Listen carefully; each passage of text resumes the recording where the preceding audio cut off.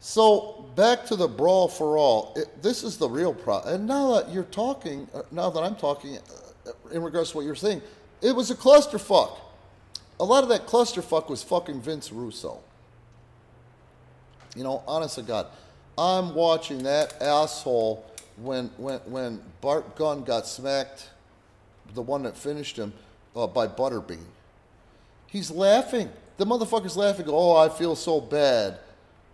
What the fuck? If you feel bad, what are you laughing about, asshole? You know? What are you laughing about? That was a horrible fucking thing. So, you got a bunch of guys on the roster getting paid, and you don't know what the fuck you're going to do with them. They just weren't booked proper.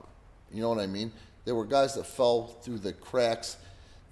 And I'm watching Bart Gunn, and I'm thinking to myself, I'm trying to look at it from all sides. Now, they have Cornette on there talking, and then they had Russo talking and Jim Ross talking. The way we were told inside the business, it was fucking Jim Ross's baby. And we all said, ain't gonna fucking get over. You can't mix fucking UFC and WWE. It's never gonna work. You know what I mean? So the other thing is that Jim Ross was parlaying. He always loved Dr. Death. They were friends, like legit friends. No, he wasn't a mark for Dr. Death. They were friends. You know, they had a similar interests. You know, I think they talk about that, or he does anyway. Their interests were the same as far as like sports, college sports, all kinds of shit. You know, both Southern boys. There's another one. If Vince was prejudiced against the South, explain to me how Jim Ross was the man he trusted the most in the world during that time frame. It's a hell of a point. Doesn't get any more Southern, you know. Oklahoma. Yeah. So Jim saw an opening to try to finally get fucking Dr. Death there, you know. Now, Dr. Death trained like an animal, you know. Again, he didn't have the body, and he trains different than like your Steiner brothers or your Road Warriors. He didn't use as much steroids, and he didn't power lift like that. He trained hard to be a fighter, because he was a fucking fighter. You know what I mean? In Japan, half the shit he did was a fighter. But he was older, and I don't think that himself, and no, I know himself, he didn't accept the fact that he was, how was he, in his 40s? He would have been in his 40s, I think, by that point. Dude, you just can't, but he couldn't accept that. You know what I mean? Therefore, neither would or could Jim Ross. But Jim was looking for an opening and say, okay, this thing turns to fucking shit. Death should be able to take all these fucking guys, which in his day he could have. Severn and Death would have been the only Severn would have been the only roadblock, dude. I'm not kidding in that fucking shit.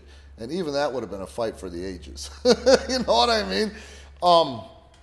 So that being said, you had that's why Jim Ross nor Death saw what happening. And the reason it happened was because of his age.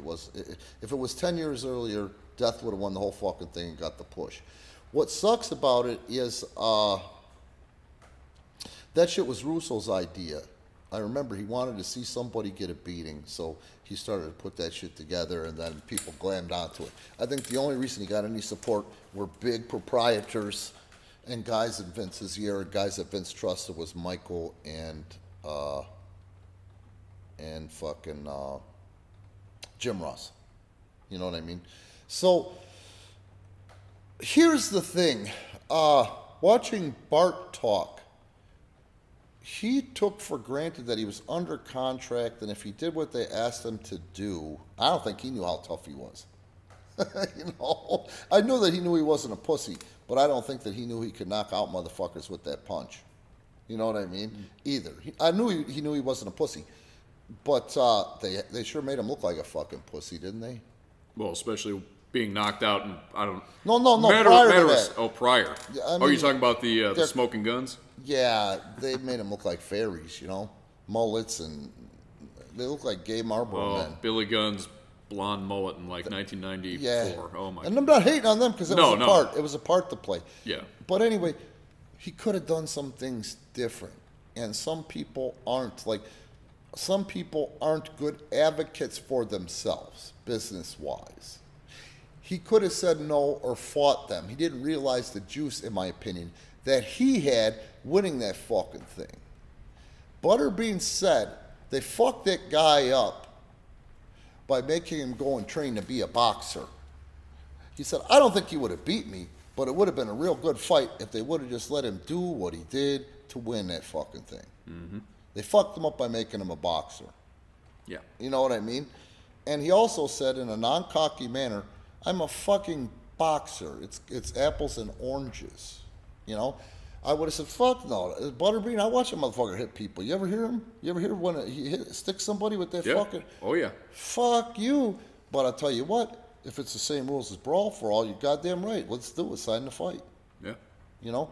Now, Bart Gunn said that after a while, Butterbean could not have kept up with him. If he could have grabbed Butterbean and said, it's a boxing match, he would have fucking beat him. Mm-hmm. You know? He also said that at some point Butterbean did something in MMA where they altered it a little bit over in Japan, where Butterbean beat a guy that took 2 rounds, and when Bart Gunn beat that same guy, he beat him before the first round was over. He said, but I could never get the Japanese to sign a fight between me and Butterbean, a rematch. It's weird. And he was looking to redeem himself, you know.